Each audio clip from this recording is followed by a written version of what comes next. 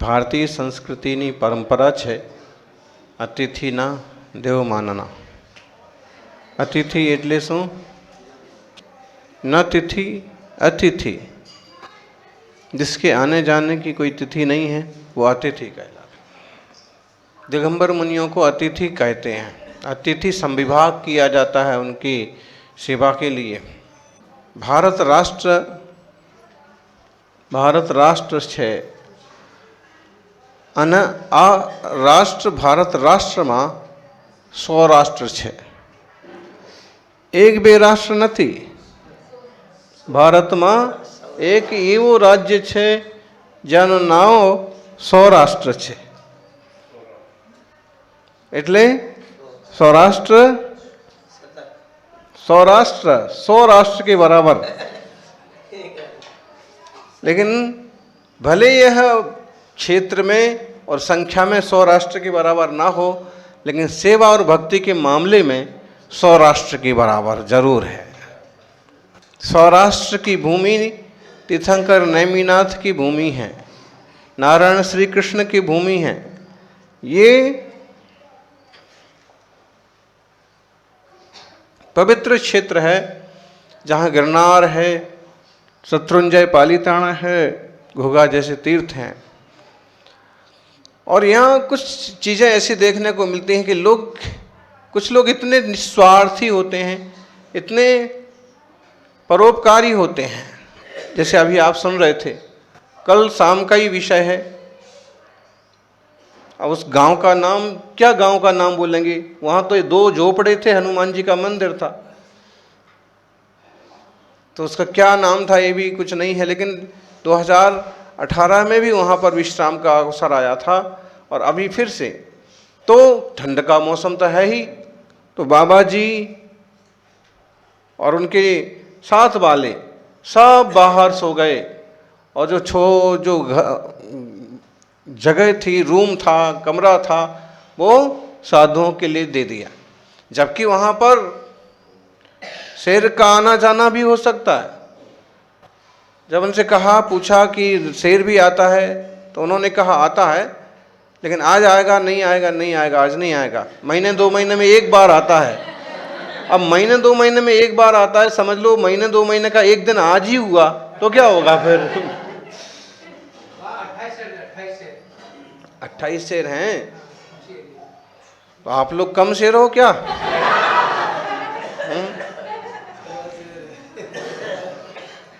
तो एक ही प्रसंग हो गया कि अपना सब कुछ साधुओं के लिए, अतिथि देवो भव नहीं। आप देखिए कि इनने बहुत सारे शास्त्र पढ़े हो ना पढ़े हों, सम्यक दर्शन किस चिड़िया का नाम है कोई खबर ना हो, लेकिन इतनी तो खबर है कि दिगंबर मुद्राधारी तपस्वी हैं, इन्हें ठंड लगेगी। इन्हें ठंड ना लगे इसलिए खुद की बसती का भी उनके लिए अर्पित कर दी। अभय दान, आवास दान का इससे बढ़िया उदाहरण क्या हो सकता है? इसके पहले एक जगह और ऐसा ही हुआ था कि पूरा जो वहाँ पर सहयोगी थे वो सब बाहर, और मुनि संघ को उन्होंने जो जगह थी सारी उपलब्ध करा दी। वो कौन सा था? वो हनुमान जी का ही मंदिर था। तो फिर अब देखिए श्रावक गांव के लोग भी कितने सेवा भावी। यहाँ वैयावृत्ति का प्रकरण चल रहा है शास्त्र में, और वैयावृत्ति में ही आता है साधु तो परिचय सहन करते हैं, ठंडी गर्मी भूख प्यास सब जीतते हैं, लेकिन ग्रस्त जन साधुओं की वैयावृत्ति करते। वैयावृत्ति का मतलब होता है सेवा करना। उनके पीछे कमंडल वगैरह उपकरण उपलब्ध करा देना, बैठने विश्राम करने का स्थान वगैरह दे देना, पाटा सैया वगैरह का शोधन कर देना, मलमूत्र वगैरह हो तो साफ कर देना। ये वैयावृत्ति के यहाँ पर कुछ तरीके बताए हैं। अब वो गांव था पीपलवा। पीपलवा गांव में वहाँ भी बाघ का शेर का खूब मूवमेंट है। वहाँ के एक युवा ने बताया अपने मोबाइल पर शेर के साथ सेल्फी, शेर चल रहा है और तो कि महाराज जी तो रात में कोई बाहर ना निकले। अब ग्रस्त श्रावक तो ये राजस्थान से आए हुए, तो रात को सरपंच भी 1.5 घंटे तक बैठे रहे, भैया वृत्ति करते रहे। और बाद में जो ज़्यादा श्रावक थे, जो अंदर सोने की जगह नहीं थी, तो अपने घर लेके गए, हमारे घर पर सोएंगे, दूध चाय की व्यवस्था करेंगे। तो ये है भारतीय संस्कृति है, ये व्यवहारिकता है। आप देखिए कई बार जैन कहलाने वाले भी ऐसी बेईमानी करते हैं कि भवन खाली पड़ा हो, धर्मशाला खाली पड़ी हो तो भी हाथ खड़े कर देते हैं, त्यागी व्रतियों के लिए व्यवस्था नहीं हो पाएगी। ऐसी बेईमानी करते हैं, जैन कहलाते हैं। और कई बार धर्मशाला भाड़े से उठा देंगे, संघ आएगा तो कहेंगे तो भरी हुई है। सबसे पहले वसति का दान मुनिराज या त्यागी व्रतियों को होता है, ताकि उनकी साधना निरंतर चलती रहे। और ये उदाहरण यहाँ के सादा ग्रस्तों के घर में देखने को मिल रहे हैं। आज भी हमारी जहाँ आहारचर्या हुई, एक जगह से हमको वापस आना पड़ा, क्योंकि वहाँ पर घास भी थी और एक जगह बहुत सारी चींटियाँ निकली हुई थी। तो फिर 2 चीज़ें थी, तो हम वहाँ से वापस आए।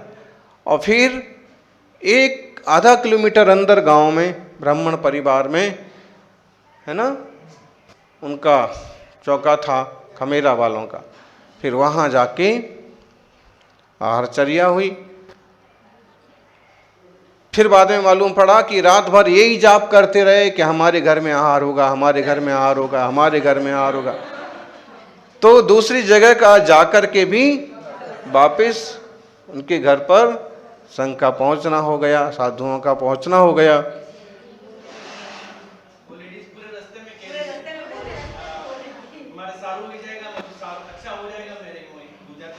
हाँ, तो सारू थई जैसे, आनंद थई जैसे, सोनो कल्याण थई जैसे। हाँ, दिगंबर आदिनाथ भगवान की ये मुद्रा है। तो भैया वृत्ति इस सौराष्ट्र में अभी जो कुछ हम, कल एक पुलिस वाले आए, थानेदार, तो थानेदार, कल कई प्रसंग है, कल के 2 प्रसंग बन गए।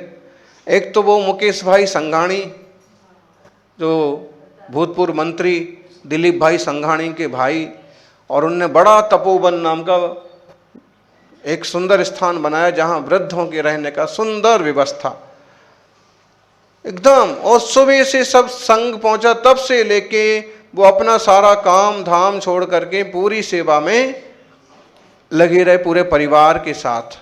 और फिर जब बिहार हुआ तो बिहार भी 2-2.5 किलोमीटर तक लगातार नंगे पांव चलते रहे। कभी चलने का मौका तो मिला नहीं होगा, फिर भी चलते रहे। तो उसी बीच में 1-2 बातें वो किसी श्रावक को कह रहे थे कि एक ज़माना वो था कि एक मोटरसाइकिल पर हम 3 दोस्त जाते थे, तो आपस में बंटवारा करते थे। 18 रुपये का पेट्रोल खर्च हुआ तो 6-6 रुपये बांटते थे। और आज प्रभु की कृपा है कि आज इतना बड़ा आश्रम चलता है और इतना कई सारे लोग भोजन करते हैं, फिर भी पैसे की कोई कमी नहीं पड़ती। तो जब मन बड़ा होता है तो आवक भी बड़ी होती है। सेवा करते हैं, जब हम किसी को देते हैं तो हमारे पास आता भी है। और उन्होंने एक बात बताई थी कि देखो, एक बार मैंने मुनि संघ को देखा रास्ते में, नमस्कार किया, और तब विचार किया था कि ऐसे साधु हमारे वहाँ पर भी तपोवन में भी आना चाहिए। और भावना का फल क्या हुआ कि मुश्किल से इस बात को महीना भर नहीं हुआ होगा, लेकिन उनके आश्रम में भी संघ के चरण पड़ गए। तो ये भावनाएं बहुत मायने रखती हैं, कैसे जीवन बदलता है। एक अच्छा साधु मिल जाए तो जीवन बदल ही जाता है, लेकिन अगर गृहस्थी में अच्छे सहयोगी मिल जाएं तो कैसे जीवन बदलता है। संध्या की बात है, थानेदार जी आके बैठ गए अब हमारे पास समय तो था नहीं, फिर भी अब जब वो चालू हो गए कि मैं थानेदार हूँ और ये सब मेरे एरिया में, पानिया भी मेरे एरिया में आता है और ये भी मेरे एरिया में आता है, तो भाई सुनने लगे। तो फिर वो खुद ही बोले कि आपके पास समय तो नहीं है, लेकिन फिर भी मेरी बात आप सुनो। मैं कैसा आदमी था, मैं पुलिस में इस टाइप का आदमी था कि रोज की कमाई, ईमानदारी की कमाई के अलावा जब तक 2000 रुपये और मुझे ना मिल जाएं तब तक मुझे नींद नहीं आती थी। फिर मतलब इस टाइप से मेरी प्रवृत्ति थी, रिश्वत चाहिए, लेकिन करप्शन।